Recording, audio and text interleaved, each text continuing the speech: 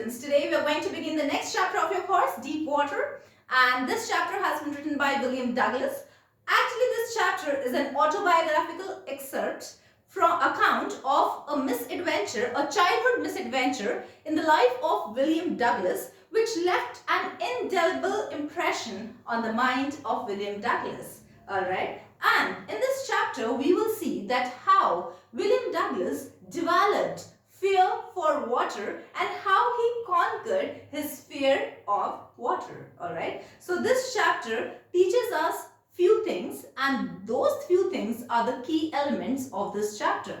The first key element of this chapter is, as I told you, that all we fear is fear itself. We do not fear death, rather we fear the fear of death. This statement, all we fear is fear itself, is spoken by Franklin Roosevelt, who nominated William Douglas as a judge in America, right? So in the Court of America. So he has served 36 years in the Court of America, right? So he was an advocate. Now, William Douglas, how he developed fear for fear. So all we fear is fear itself. This is the first key element of this chapter. The second key element of this chapter is we should not take the childhood fears lightly or the childhood incidents lightly. They might be deep rooted. Sometimes an incident takes place in our childhood. We ignore it, but actually it is so deep rooted that we fear it the rest of our life, right? So we should not take childhood incidents or childhood fears lightly.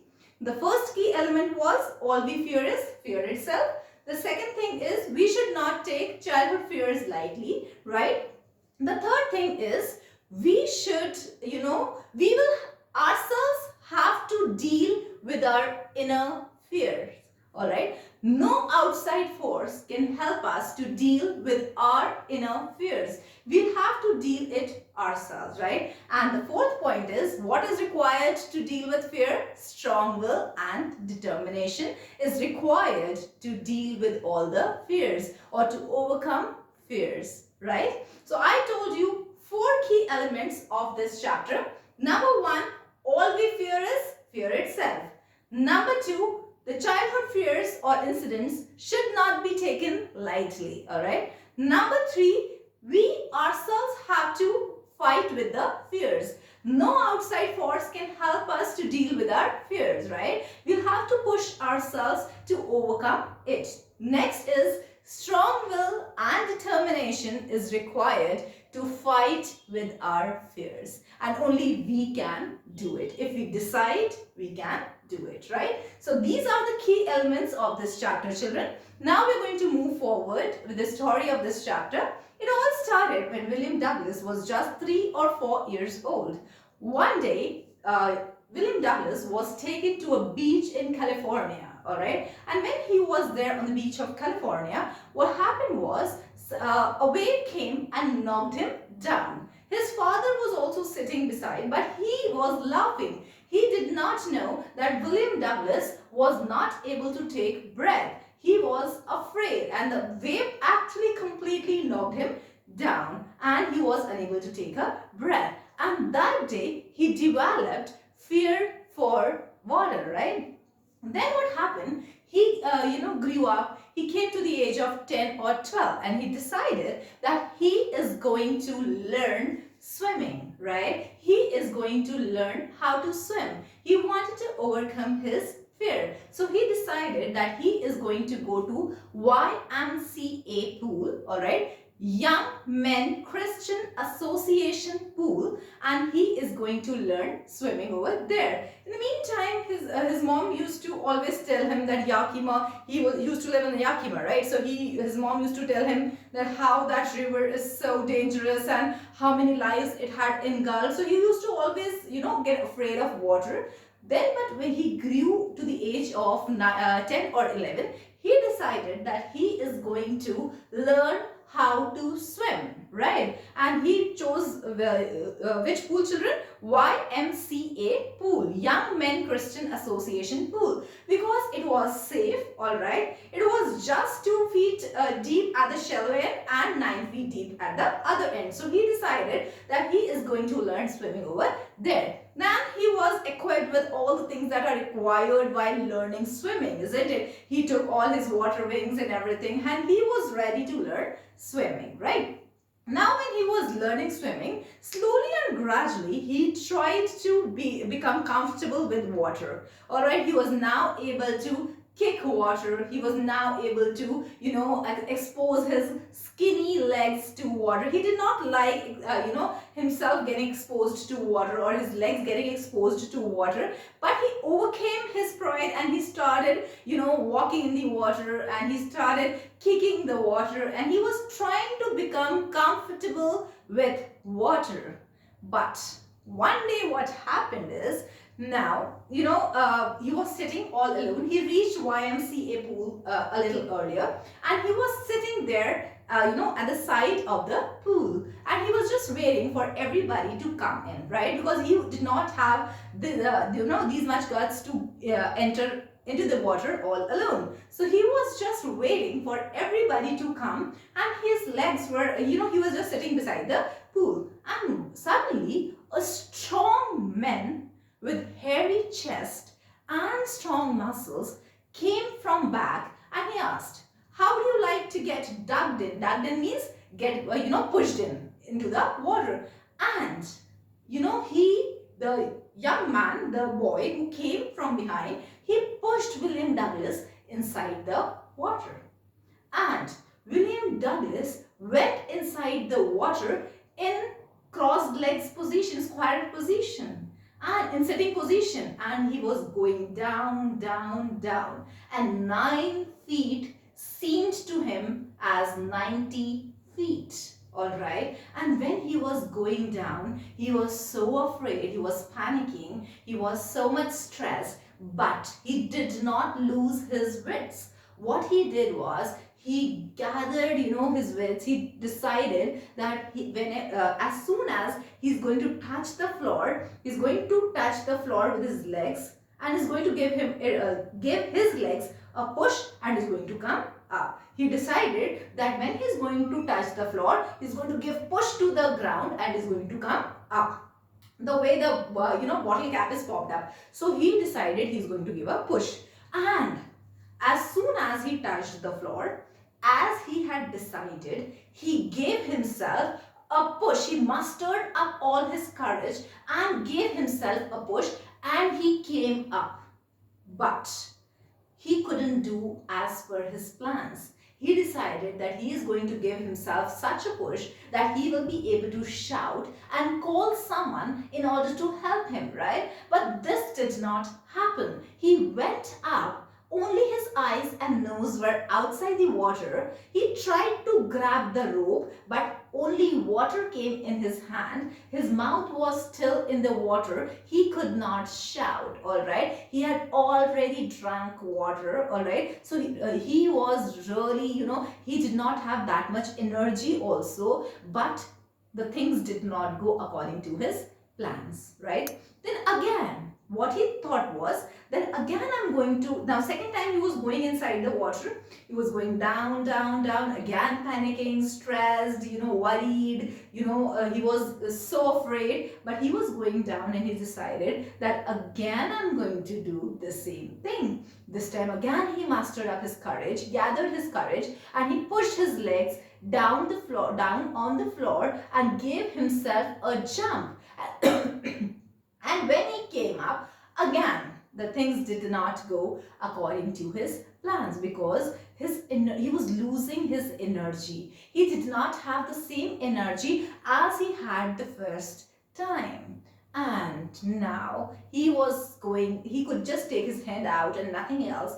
And then third time, when he was going down, he left all his efforts. He was not able to, gather his courage. He was just relaxing, forgot all his worries, forgot all his stresses.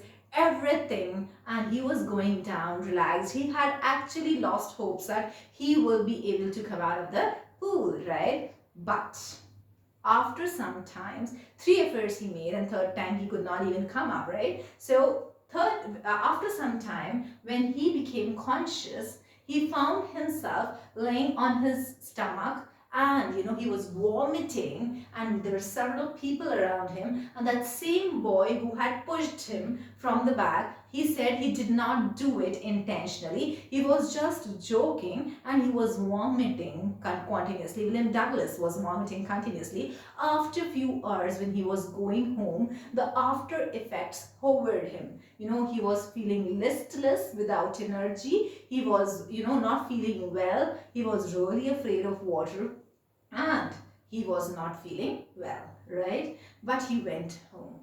After that, what happened, for a few years he did not even try to go into the water. For some time he did not even try to go into the water, or he was avoiding all sort of fun that could be that we could have with the water, like boating, canoeing, then swimming, and parties, or anything that were at the side of water. So he was avoiding every such thing, and he realized that why is he fearing the fear of getting drawn into the water. He will have to fight with that. October, he went to a trainer, and he decided that he is going to learn swimming. He is going to overcome his fear of swimming, and he took training. And this time what he did, he was not learning swimming with everyone. He was learning it all alone, and proper precautions were taken. He used to tie a belt around his waist, a pulley was taken, and proper care was taken that he should not get drawn. He used to sit in the water, he used to walk in the water for days, he used to kick the water, but all the time the belt on his waist and the pulley that we draw water from the well. Have you seen people drawing water from the well? In the same way, that rope used was tied, and so that in case of any mishappening he could be pulled out, right? So that was done, and in April his trainer gave him a clean chit. During all this time, he was really struggling hard. His fear used to cling him, and he used to get afraid. He used to get afraid of swimming. He used to get afraid of getting into the water, but he was slowly and gradually conquering his fear. This is very important line, children. He was trying to conquer his fear. He was trying to overcome his fear. He was now not fearing his fear, and all that was required was inner will and determination, inner strong will and determination, and none could help him. He knew only he could help him, and that's why he was going ahead with these things. He was going ahead with the training. He decided that yes, I'm going to do that, and yes, he did. First of all, he went to Lake Wentworth, and he tried, and he was swam for 2 miles, and when he was swimming inside the Lake Wentworth, and suddenly in the middle of his swimming, he looked down, and all he could see is water, and he got afraid. The past fear clung him, and he was so afraid, but he said, Mr. Terror, you can now not, scare me. I will now not fear you. And he again gathered courage, and he started swimming. And then he went to Lake Worm also, and he swam there to remove all his fears that he had. Right? So this is an autobiographical account of a childhood misadventure that occurred in the life of William Douglas, of course. And now, as I told you in the beginning, that 4 key points, 4 key elements of this chapter you will have to remember. And because the answers revolve around these key elements, the first key element is all we fear is fear itself. The second key element is we should conquer our fears. Only we ourselves can help conquering our fears, and childhood fears should not be taken lightly. Alright, so this is a small summary that I have written on the board. Aversion means dislike to water resurfaces, because he disliked water The chapter starts with the incident of 10 to 11 years old when he joined YMCA pool, right?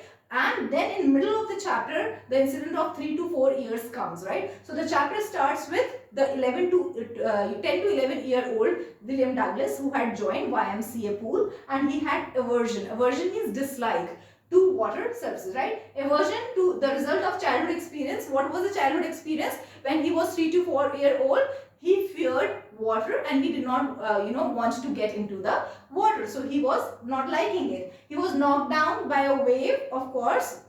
He was his father was sitting beside, and he got knocked down with a wave, and he was not able to breathe properly, all right, at California beach. Father had taken it lightly, but terror struck William Douglas hard, all right. The fear stuck him. He was afraid.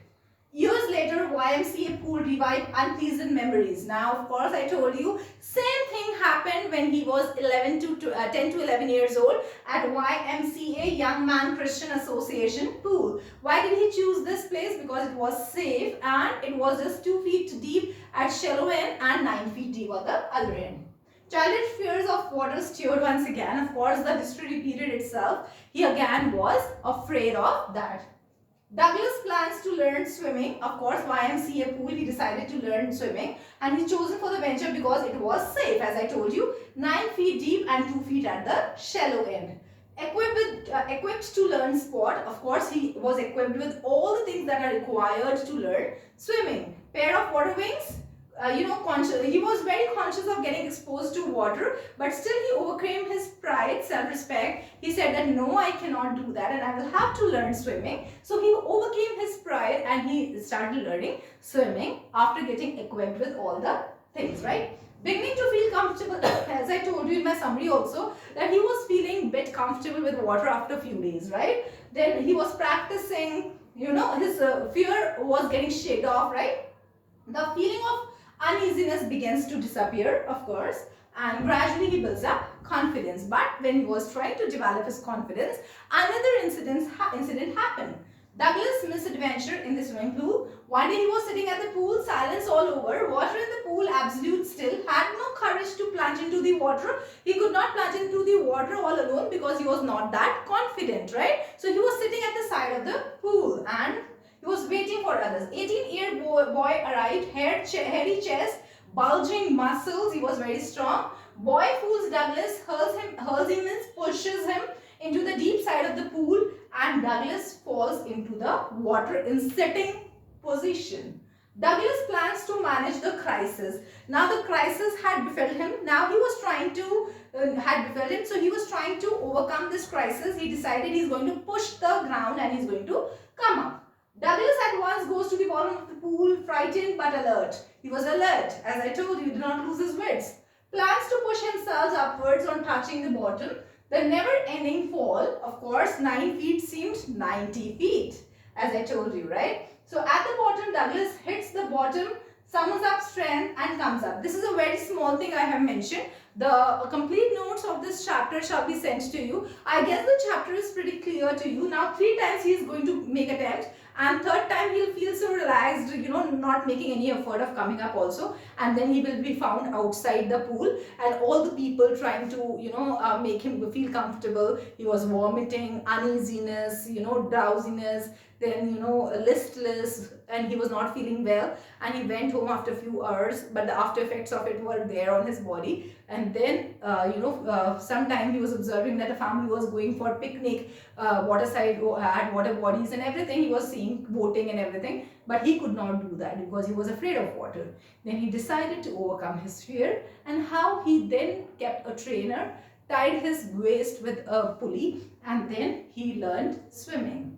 Tried swimming in Lake Wentworth and Lake Warm and overcame his fear.